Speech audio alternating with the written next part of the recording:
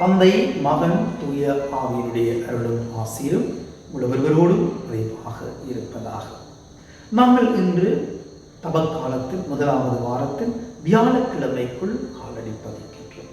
இன்றைய நாளிலே நாங்கள் ஒவ்வொருவருமே எங்களோடு வாழுகின்ற உறவுகளை சற்று நாங்கள் உற்று பார்ப்போம். இந்த தபக்காலத்திலே நாங்கள் எல்லோருமே பிரஸ்நேகத்தோடு வாழ நாங்கள் பிரயாசப்படுவோம். இன்றைய நாளிலே ஆண்டவராகிய கிறிஸ்துவுக்கு சொல்லுகின்ற வார்த்தைகள், பிறர் உங்களுக்கு செய்ய வேண்டும் என விரும்புகிறவற்றை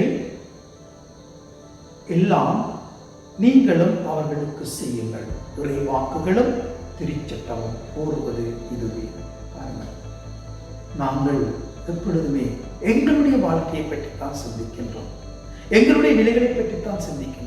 நான் உயர வேண்டும், நான் வாழ வேண்டும், நன்றாக இருக்க வேண்டும், படிக்க வேண்டும், ஏதோ ஒரு வகையிலே என்னை நானே உயர்த்தி கொண்டு செல்லுகின்றேன். இந்த நிலையைத்தான் நான் சொல்லுகின்றார்.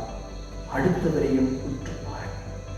பிறர் என்ன செய்ய வேண்டும் என விரும்புகிறார்களோ அவற்றையும் செய்யுங்கள். இன்றைய காலகட்டத்திலே, இன்றைய சூழ்நிலையில் எத்தனையோ உள்ளங்கள் கைவிடப்பட்ட நிலையில் இருக்கிறார்கள், ஒதுக்கப்பட்ட நிலையில் இருக்கிறார்கள், ஒடுக்கப்பட்ட நிலையில் இருக்கிறார்கள். அகதிகளாக ஒரு புறம், அநாதிகளாக ஒரு புறம், அன்புக்காக எழுந்துகிறவர்கள் ஒரு புறம், உதவிகள் அற்றவர்கள் ஒரு புறம். சொல்லப்போனால் ஒருவேளை சாப்பாட்டுக்கு கூட வழியில்லாமல் எத்தனையோ உள்ளங்கள் வரவித்துக் கொண்டிருக்கின்றன. அது எங்களுக்கு தெரியுமோ? தெரியாது. ஆனால் நாங்கள் உங்களுடைய விழிகளை திறந்து, உங்களுடைய உள்ளத்தை திறந்து, உங்களுடைய கைகளை விரித்து, உங்களுடைய பாதங்களை நகர்த்தி அனைவரையும் தேடி செல்ல வேண்டும். அனைவருக்கும் உதவிகள் செய்ய வேண்டும். அனைவரையும் அன்போடு வழிநடத்த வேண்டும். அனைவரையும் அமைதியோடு வழிநடத்த வேண்டும்.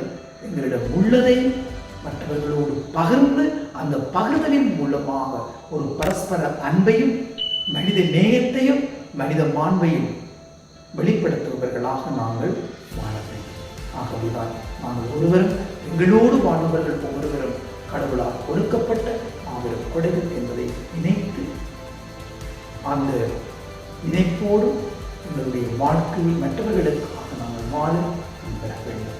நம்ம காலத்திலே எங்களுக்கு வாழ்ந்தவர்களையும் உற்று நோக்கி அவர்களையும் நம்முடைய வழியிலே, நம்முடைய பாதையை வழிநடத்தி செல்ல நம்முடைய கரங்களை கொடுத்து அவர்களையும் அழைத்து செல்ல நாங்கள் அன்னைகளின் மூலமாக பிரச்சனைகள் உள்ள உள்ளங்களாக ஒரு மாற்றம் தருவோம். எல்லாம் உள்ள இறைவன் தந்தை, மகன், ஆவியின் அனைவரையும் விரைவாக ஆசீர்வதிப்பாராக.